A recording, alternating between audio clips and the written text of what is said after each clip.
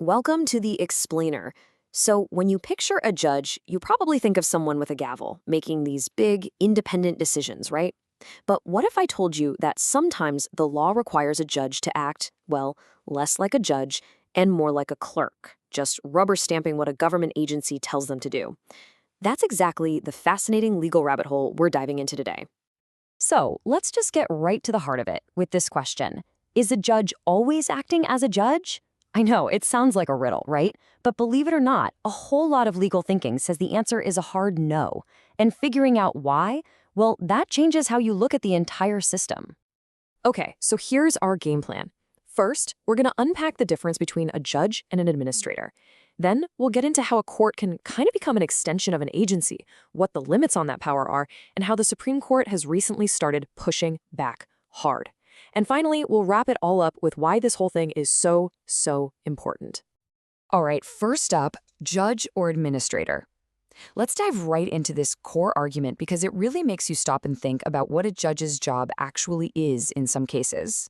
So check this out. The central idea is that when a judge is just enforcing a very specific law, like a statutory code, with absolutely no wiggle room for their own judgment, they stop acting like a judge. Their role literally changes.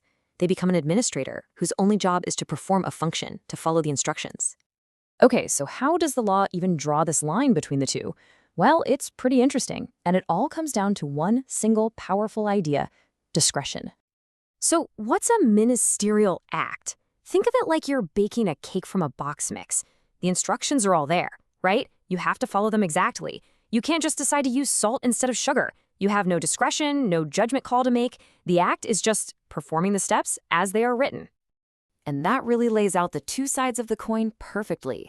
A real judicial act is all about that discretion, judgment, and choice. That's the master chef inventing a new recipe from scratch. But a ministerial act, that's us in the kitchen, just following the mandatory instructions on the box. No choice, no discretion. And look, this isn't some newfangled idea somebody just cooked up. This goes way back.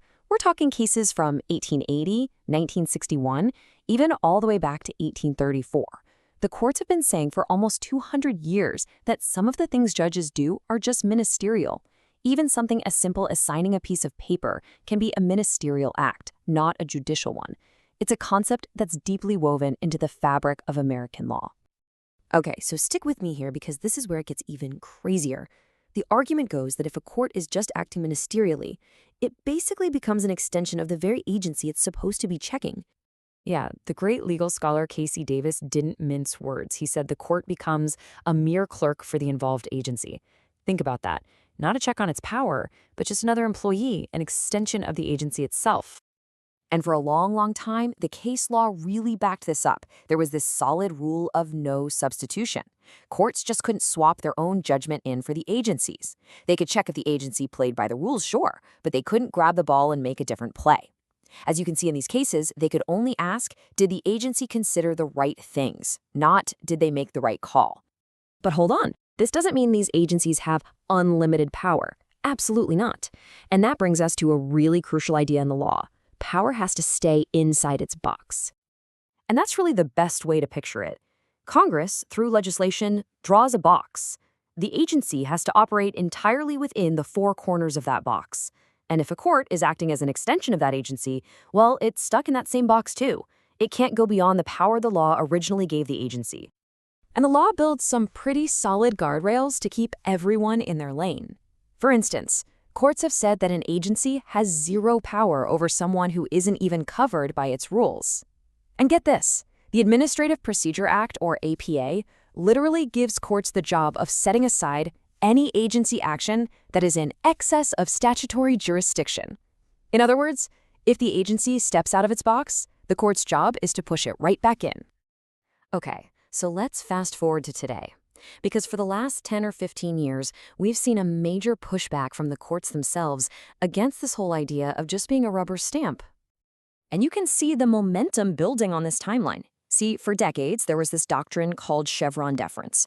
It basically said that if a law was a bit vague, courts should just, well, defer to what the agency thought it meant. But then, starting in 2013, you see the cracks forming. Chief Justice Roberts warns about it in a dissent. Then Judge Gorsuch basically says courts are giving up their jobs. And it all leads up to the bombshell 2024 decision, Loper-Bright Enterprises. And Loper-Bright was an absolute earthquake in administrative law. It officially threw out Chevron deference. The Supreme Court declared that the job of the courts is to interpret the law themselves. They have to exercise their own judgment, not just borrow in agencies. In a single decision, the age of automatic deference, of being a rubber stamp, was declared over. Okay, so we've waded through a lot of legal history and theory here. So what? Why does any of this matter to you? What's the big picture? It all comes down to the absolute bedrock of our system of government. We're talking about the separation of powers. Keeping the judicial branch separate from the executive branch and all its agencies is fundamental. It's how we get checks and balances. This distinction gives courts the teeth to challenge and limit agency power, and it makes sure that everyone, judges and administrators alike, has to play by the rules set out in the law. It's all about holding power accountable. And that leaves us with one last, really big question to chew on. If a court just acts like an agency, who's left to judge the judges? Who's holding them accountable? It's a question that cuts right to the core of what we mean when we talk about a system of justice.